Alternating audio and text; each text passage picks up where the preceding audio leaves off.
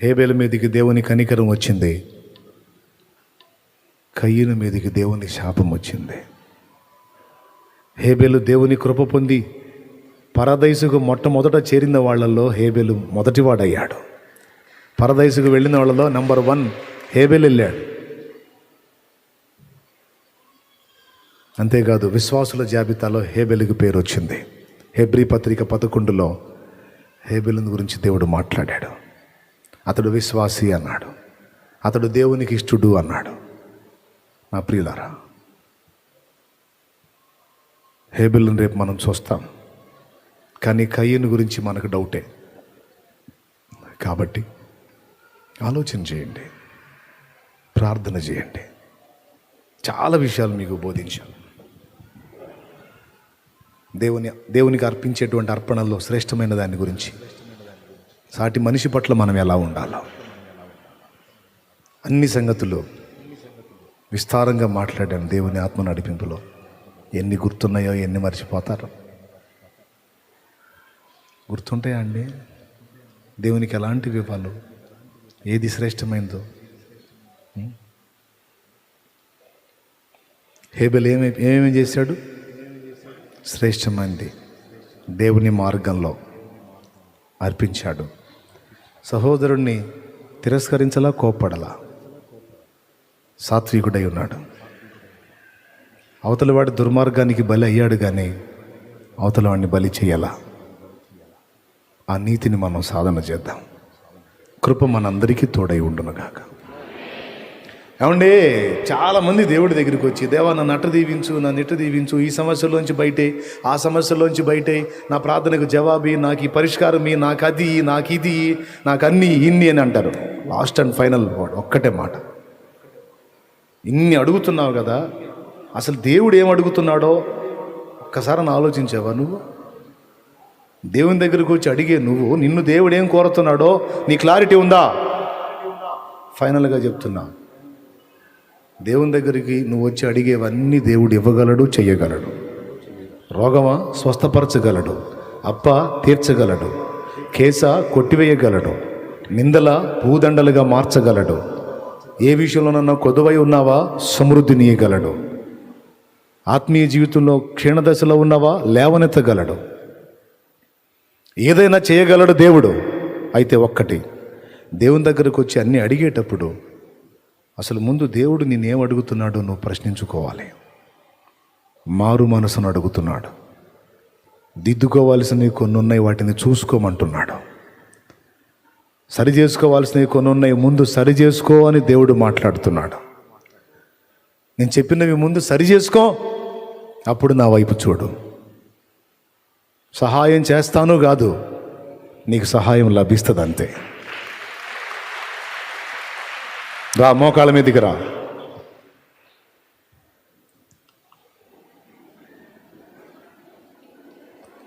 ప్రార్థన చేద్దాం. మోకాళ్ళు నొప్పులుగా ఉన్నాయా? లేచి నిలబడండి, ఇబ్బంది లేదు. మీ ఓపిక మీకు ఎలా ఉంటే అలా. మోకాళ్ళ మీదకి రా. మీ సమస్యలన్నిటి కోసం ఒక్కసారి నేను ప్రార్థన చేస్తా. లైవ్లో ఉన్నవాళ్ళు, జూమ్లో ఉన్నవాళ్ళు అందరూ కూడా అవకాశం ఉంటే మోకాళ్ళ మీదకి రండి. మోకాళ్ళు వేసి దేవుణ్ణి వేడుకుందాం. ఈ ముగింపులో టైం ఎంత అయిందో నాకు తెలియదు, ఎందుకంటే వాచ్ కూడా ఎవరు నాకు ఇక్కడ పెట్టలేదు, నేను వాచ్ పెట్టుకుని రాలేదు. కాబట్టి 1:40 2:40 1:40 బతికిపోయారు.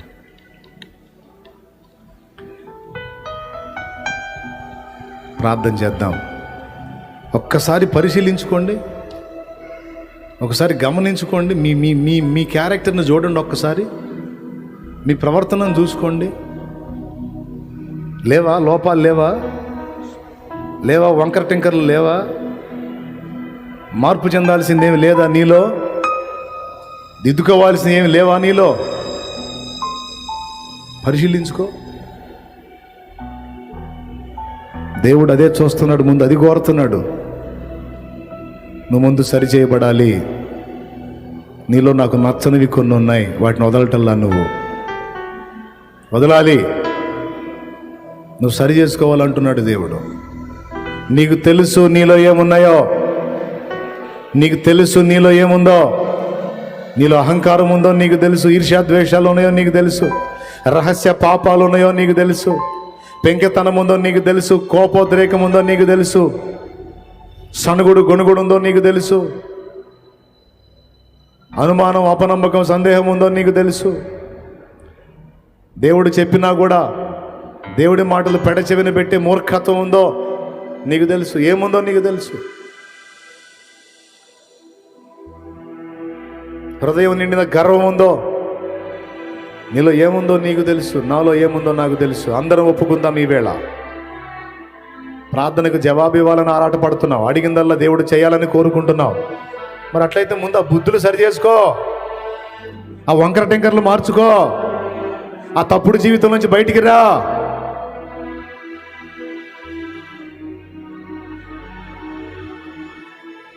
నువ్వు ఎందుకు దీవించబడవో చూద్దాం.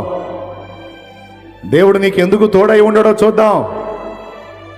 నిన్ను ఎందుకు ఆశీర్వదించడో చూద్దాం.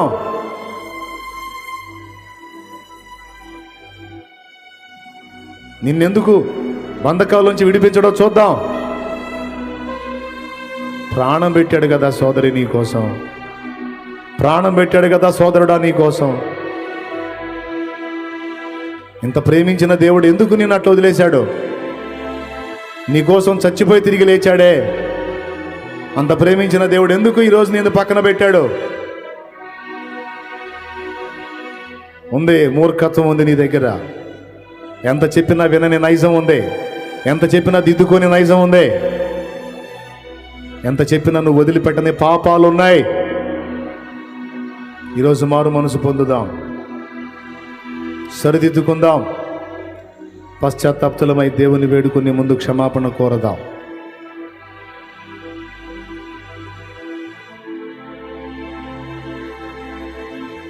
పరిశుద్ధ ప్రభువా, నీకు వందనాలు, స్తుతులు, స్తోత్రాలు నాయన. ఈరోజు నీ సన్నిధిలో ఈ శుక్రవారం ఉపవాస వేళ మా బిడ్డలందరూ కూడా ఇంతసేపు నీ మాటలు విని, విస్తారమైన నీ మాటలు విని, సాటి మనిషి పట్ల ఎలా ఉండాలో, నీ సన్నిధికి వచ్చేటప్పుడు ఎలాగ శ్రేష్టమైన వాటిని గైకొనాలో, శ్రేష్టమైన వాటిని స్వీకరించి నీ వద్దకు తీసుకొని రావాలో, ఎవరి మార్గానికి లోబడాలో, ఎవరి చిత్తం చేయాలో అన్నీ విన్నారు ప్రభువా.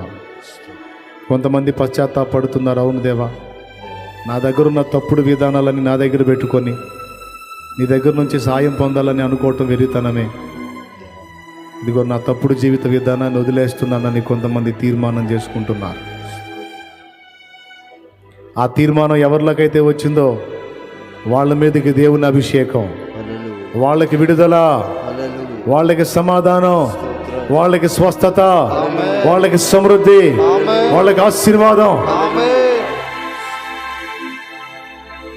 వారి హృదయ వాంఛలనైనా తీరుస్తాడు. ప్రార్థన చేద్దాం, మారు మనసు పొందుదాం, దిద్దుకుందాం జీవితాన్ని. పరిశుద్ధుడైన మా తండ్రి, ప్రేమ స్వరూపిక దేవా, నీకు వందనాలు. ఇక్కడ ఉన్న బిడ్డలకు దేవుడు నిన్ను స్వస్థపరుస్తాడు, బాగు చేస్తాడు అని మట్టి గోడ మీద గచ్చుపోతలాగా పుయ్యలేదు. కానీ దేవుడు నిన్ను బాగు చేస్తాడు. అయితే ముందు నీ బతుకు మార్చుకోమనే మాట స్ట్రైట్గానే చెప్పాను. నీ ఆత్మ నడిపింపులో ఖండించి గద్దించి చెప్పాను. నువ్వు సరిదిద్దుకో, అప్పుడు దేవుని హస్తం నీ మీదకి వచ్చి దాన్ని స్పష్టంగానే బోధించాను నీ నడిపింపులో. బిడ్డలందరూ కూడా ఆ మాటలు గైకొన్నారు కదా ప్రభు. వారి పాపములు ఒప్పుకొని వారు విడిచిపెడుతుండగా, వారు మారు మనసు పొందుచుండగా, ఇదిగో వారికి నీ కార్యాలు ఇక మొదలుపెట్టు తండ్రి. వారు ఎదుర్కొంటున్న శారీరక మానసిక సమస్యల్లోంచి వారికి విడుదల దయచేయి. జబ్బులలో నుంచి వారికి స్వస్థత దయచేయి. అది క్యాన్సర్ కావచ్చు, క్యాన్సర్లు ఎన్ని రకాలైన, HIV కావచ్చు, ఊపిరితిత్తుల జబ్బు కావచ్చు, గుండె జబ్బులు కావచ్చు, పెరాలసిస్ పక్షవాతం కావచ్చు, బ్రెయిన్ సమస్యలు కావచ్చు, కాళ్ళు చేతుల బలహీనతలు, నరాల జబ్బులు, మోకాళ్ళు బలహీనతలు కావచ్చు, ఫైల్స్ బలహీనత కావచ్చు, గ్యాస్ట్రిక్ సమస్య కావచ్చు, రక్తహీనత కావచ్చు, షుగర్ బీపీలు కావచ్చు, మూర్ఛ వ్యాధి కావచ్చు, కడుపులో గడ్డల సమస్యలు కావచ్చు, చెప్పుకోలేని రహస్య సమస్యలు కావచ్చు. ఎవరు ఎన్ని రకాలుగా నలుగుతున్నారో, కాళ్ళు చేతులు సెప్టిక్ అయి కాళ్ళు తీయాలి చేతులు తీయాలనే పరిస్థితిలో ఉన్నారేమో. నువ్వు స్వస్థపరచగలవయ్యా, నువ్వు బాగు చేయగలవయ్యా. జబ్బులు ఎన్నైనా స్వస్థపరిచే యెహోవావు నీవే. నీవు పొందిన గాయముల చేత మాకు స్వస్థత కలిగి ఉన్నది. మా బిడ్డల్ని స్వస్థపరచమని వారి పక్షంగా చేతులు ఎత్తుతున్నాను, ప్రార్థన చేస్తున్నాను. వారి ఆరోగ్యాలు బాగు చేయండి, కుదుటపరచండి. ఇదిగో వారు తప్పుడు జీవితాన్ని మార్చుకుంటున్నారు దేవా. ఇక పాపం చేయకూడదని తీర్మానం చేసుకుంటున్నారు దేవా. అయ్యో ఇదిగో దేవా, ఇక నేను ఆ చెడిపోయిన జీవితంలోకి వెళ్ళను అని తీర్మానం చేసుకుంటున్నారయ్యా. వారిని బాగు చేయి, వారిని సాక్షులుగా నిలబెట్టు, వారిని స్వస్థపరచు, వారి జీవితాల్లో కార్యాలు చెయ్యి, సాక్ష్యాలు తీసుకొని రాయేసయ్యా. నీకు వందనాలు, స్తోత్రాలు. ఉద్యోగాలు రాక కష్టపడి చదివి కూడా వైఫల్యం చెందుతున్న వారికి జాబ్స్ నివ్వు. చదువుకుంటున్న బిడ్డలకు విజయం ఇవ్వు, జయము నీవు. ఎగ్జామ్స్ రాస్తున్న బిడ్డలకు జయము నీవు. వ్యాపారాల్లో నష్టపోయి అన్నీ అమ్ముకునే పరిస్థితి, అప్పులకి సమాధానం చెప్పలేక వడ్డీలు కట్టలేక ఇబ్బందులు పడుతున్న వారికి యేసు నామములో విడుదల ప్రసాదించు. అప్పుల సమస్యలలో ఉన్న వారికి యేసు నామములో విడుదల కలుగునుగా. ప్రశాంతత దయచే, మనశ్శాంతి దయచే, ఆదరణ దయచే. అహాన్ని వెర్రగొట్టు, గర్వాన్ని వెర్రగొట్టు. మాలోకి దీన మనసు తీసుకొని రాయ్యా, తగ్గింపు మనసు తీసుకొని రాయ్యా. ఒకరి మీద అతిశయపడే నైజం మా నుండి తొలగించు. ఎదుటి వాళ్ళలో రంధ్రాలు వెతకటం అనే తత్వాన్ని మా నుండి తొలగించు. మా బతుకులేందో మేము చూసుకోవటానికి తెలివిని నైనా, మా లోపాలు మేము చక్కదిద్దుకొని అప్పుడు ఎదుటి వాళ్ళు కూడా చెప్పడానికి నైనా మేము సిద్ధమవడానికి సహాయం చేయండి. గర్భఫలం లేని వారికి సంతానము దయచేయగలవు, దయచేయండి. మేమందరము ఆత్మ సంబంధమైన సంతానాన్ని కంటానికి కూడా సహాయము చేయండి. నశించిపోతున్న ఆత్మను రక్షించడానికి మా ఇంటి వారైతేనేమి, సమాజపు వారైతేనేమి, బంధుజనులైతేనేమి అందరూ రక్షింపబడటానికి సహాయము చేయండి. అందుకు కావలసిన అభిషేకము, వాక్కు, పరిశుద్ధాత్మ నడిపింపు మాకు ప్రసాదించండి. నీ సేవలో మమ్మల్ని వాడుకోండి. సరుకంతా అయిపోయినాక చేయాలంటే ఏమీ చేయలేము. శక్తి ఉండగానే, బలం ఉండగానే నీ కొరకు చేయగలిగినంత చేయటానికి మాకు ప్రేరణ ఇవ్వండి. పురికొల్పును దయచేయండి. ఎవరు ఏ ప్రమాదాల్లో ఉన్నారో, శోధనలో ఉన్నారో, కష్టాల్లో ఉన్నారో, కలతల్లో ఉన్నారో, కేసుల్లో ఉన్నారో అవి యేసు నామములో తొలగిపోవునుగాక. బిడ్డలకు న్యాయము తీర్చండి ప్రభువా. ఇక్కడ ఉన్న వాళ్ళు ఎన్ని రకాలుగా నలుగుతున్నారో, అప్పులై కొంతమంది, అప్పులు ఇచ్చి కొంతమంది. ఇద్దరికి మీరే సమాధానం చెప్పండి. ప్రయత్నాల్లో విఫలమై, కుటుంబాల్లో కలతలై, కుటుంబ సభ్యుల్లో పొరపాట్లు చూసి జీర్ణించుకోలేక అల్లాడుతున్న వారు ఉన్నారు. భార్య తప్పుడు త్రోవలోకి వెళ్ళినప్పుడు కృంగిపోయే భర్త, భర్త తప్పుడు త్రోవలో వెళ్తుంటే కృంగిపోయే భార్య. ఎవరు ఏ స్థితిలో ఉన్నారో అందరి జీవితాలు ఎరిగిన దేవా. కుటుంబ సభ్యులు దుర్వ్యసనాల్లో చిక్కుకొని బయట పడలేక వారు విలవిలలాడుతుంటే వాళ్ళని చూసి అల్లాడిపోతున్న వాళ్ళు ఉన్నారు. యేసు నామములో వారికి విడుదల ప్రకటిస్తున్నాం. వారిని శోధించే దురాత్మలను యేసు నామములో బంధిస్తున్నాం. కరుణ చూపండి. మమ్మల్ని అందరినీ కూడా నీ చిత్త ప్రకారం నడిపించండి. మా దేశమును స్వస్థపరచండి. క్రైస్తవ సంఘం ఎప్పుడైతే బాగుంటుందో, నీ పేరు పెట్టబడిన జనులు ఎప్పుడైతే క్రమంగా ఉంటారో అప్పుడు దేశం బాగుంటుంది దేవా. సంఘం ఎప్పుడైతే క్రమం తప్పుతుందో అప్పుడు దేశము దరిద్రతలోకి వెళ్ళిపోతుంది. గనుక ముందు సంఘము క్షేమాభివృద్ధి పొందినట్లు, సంఘము క్రమములోనికి వచ్చినట్లు నీ పేరు పెట్టబడిన జనులంతా తమను తాము తగ్గించుకొని మారు మనసు పొంది చెడు మార్గాలు విడిచి దేశం కొరకు ప్రార్థించినట్లుగా మమ్మల్ని అందరినీ బలపరచు. అయ్యా, నశించిపోతున్న ఆత్మలను రక్షించు. త్రాగుడు, వ్యభిచారం, జోదం, దొంగతనం, నరహత్య, మాంత్రిక విద్య, విగ్రహారాధన, ఘోరమైనటువంటి జీవిత విధానాల్లో నిజమునకు దేవుడు కాని వాటికి మొక్కేటువంటి అజ్ఞానాంధకారంలో అనేక మంది బలైపోతున్నారు. తరతరాలుగా మోసపోతానే ఉన్నారు, తరతరాలుగా అన్యాయం అయిపోతానే ఉన్నారు. ప్రభువా, వారిని దర్శించు. వారు నిన్ను ఎరుగక నశించిపోతున్నారయ్యా. నిత్యము మండి అగ్నిగుండానికి వెళుతున్నారు. వారి మనోనేత్రాలు వెలిగించి వారందరినీ కూడా నిత్య జీవంలోనికి వచ్చినట్లు వారిని రక్షించుదేవా, రక్షించుదేవా, రక్షించుదేవా. నీకు వందనాలు. మా కుటుంబాలని చేతుల్లో పెడుతున్నాం, బిడ్డ పాపల్ని చేతుల్లో పెడుతున్నాం.